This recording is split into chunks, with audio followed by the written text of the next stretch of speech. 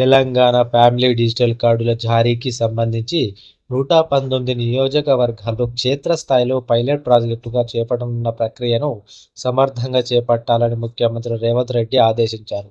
ప్రతి నియోజకవర్గం పరిధిలో ఒక పట్టణ, ఒక గ్రామీణ ప్రాంతాన్ని ఎంచుకోవాలని సూచించారు.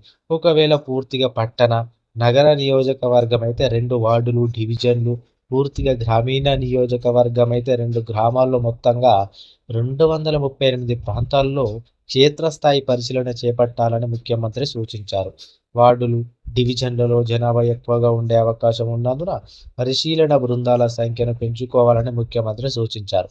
తెలంగాణ ఫ్యామిలీ డిజిటల్ కార్డులకు సంబంధించి ముఖ్యమంత్రి రేవంత్ రెడ్డి రాష్ట్ర సచివాలయంలో సోమవారం సమీక్ష నిర్వహించారు. ఈ సందర్భంగా ఫ్యామిలీ డిజిట్ కార్డులు పైలట్ ప్రాజెక్టు సేకరించే వివరాలను అధికారులు ముఖ్యమంత్రికి వివరించారు. 119 నియోజకవర్గాల్లో క్షేత్రస్థాయి పరిశీలన చేపట్టనున్న గ్రామాలు, వార్డులు, డివిజన్ ఎంపిక పూర్తయిందని అధికారులు సీఎంకు వివరించారు. పైలట్ ప్రాజెక్టును ఎన్ని రోజుల పాటు చేపడతారని సీఎం ప్రశ్నించారు.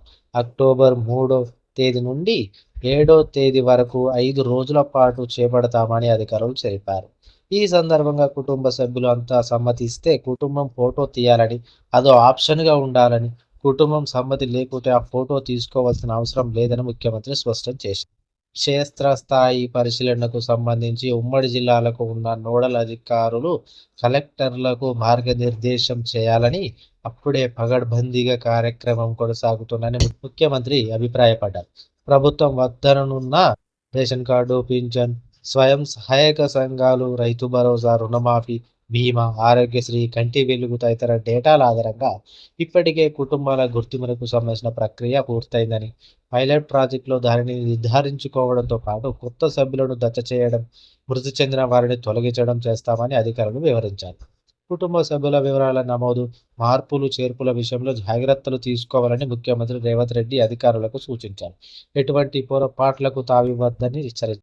పైలట్ ప్రాజెక్టుతో బయటకు వచ్చిన సానుకూలతలు, ఎదురైన ఇబ్బందులతో నివేదిక తయారు చేయాలని ముఖ్యమంత్రి రేవంత్ రెడ్డి సూచించారు. ఆ నివేదికపై చర్చించి లోపాలను పరిశీలించిన అనంతరం పూర్తి స్థాయి క్షేత్రస్థాయి పరిశీలన చేపడతామని ముఖ్యమంత్రి తెలిపారు.